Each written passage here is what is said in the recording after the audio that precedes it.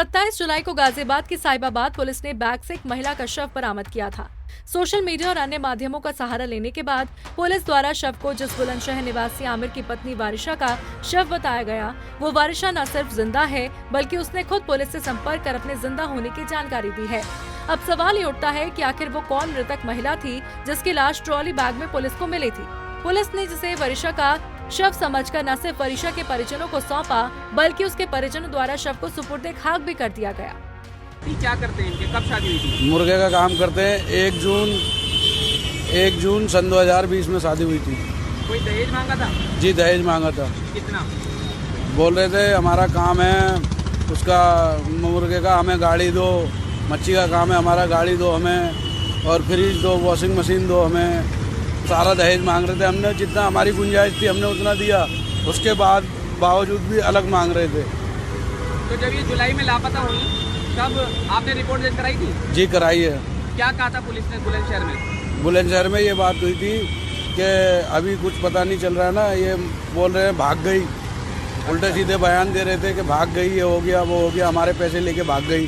अच्छा। हाँ, फिर हमने कंप्लेंट करी, लड़के को बुलाया, उसको वहाँ पुलिस ने पूछताछ करी तो लड़के ने बताया कि जेवर मैंने चुराया, जेवर चोरी हुआ था उसको। गाजियाबाद और बुलंदशहर पुलिस कथित हत्याकांड का खुलासा कर आरोपियों को जेल भेजने के बाद अपनी पीठ थपथपा रही थी।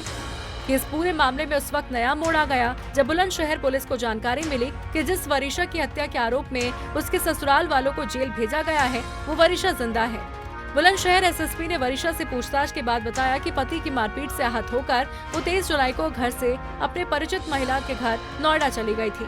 हालांकि वारिशा को जिंदा पाने के बाद बुलंदशहर पुलिस उसके भाई द्वारा दर्ज कराए गए दहेज हत्या के मामले से 304B धारा को हटाकर दहेज उत्पीड़न का मामला चलाने का दावा कर रही है।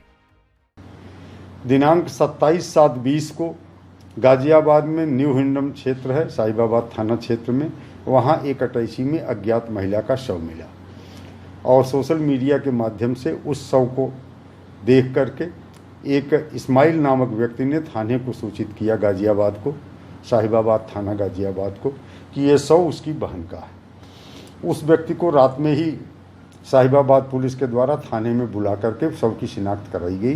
पुनः उसने देखने के बाद भी, फिजिकली देखने के बाद भी उस शव की शिनाख्त अपनी बहन वारिशा के रूप में किया। 1 जून 2020 को शादी हुई थी और शादी के बाद से ही दहेज के लिए उसे तंग किया जा रहा था, मारपीट की जा रही थी और इसी क्रम में उसे मार करके उसकी हत्या करके शव को गायब कर दिया गया है। इस आधार पर दहेज हत्या का मुकदमा थाना कोतवाली नगर बुलंदशहर में दर्ज हुआ कि 1 जून को उसकी शादी हुई थी। 1 जुलाई को वो अपने मायके पहली बार वापस गई और वहाँ से 17 तारीख को वापस आई। वापस आने के बाद उसके पति सास ससुर ने उसके गहने छीन लिए, उसके साथ मारपीट की और ये आरोप लगाया कि उसके माता पिता ने गहने चुरा लिए हैं।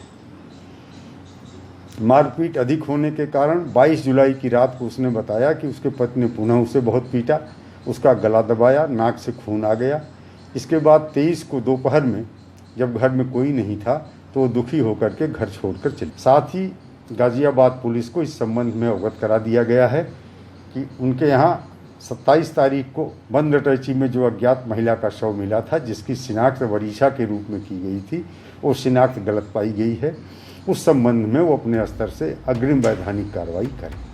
दरअसल बीते 23 जुलाई को वारिशा रहस्यमय तरीके से घर से लापता हो गई थी।